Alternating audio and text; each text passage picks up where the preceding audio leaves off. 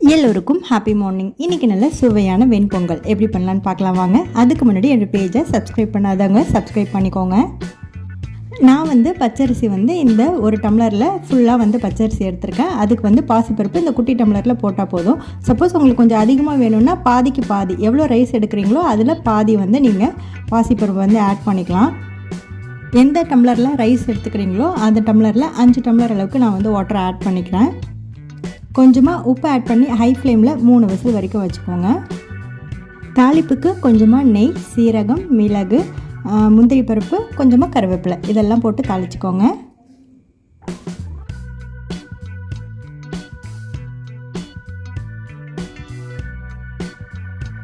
பாருங்கள், சூப்பராக வந்திருக்கு. இதோட நம்ம தாளித்து வச்சுருந்த தாளிப்பையும் சேர்த்து ஆட் பண்ணிங்க அப்படின்னாக்கா சுவையான வெண்பொங்கல் ரெடி ஆகிடும். கண்டிப்பாக ட்ரை பண்ணி பார்த்துட்டு கமெண்ட்ஸில் சொல்லுங்கள். எல்லோருக்கும் ஹேவ் அ நைஸ் டே.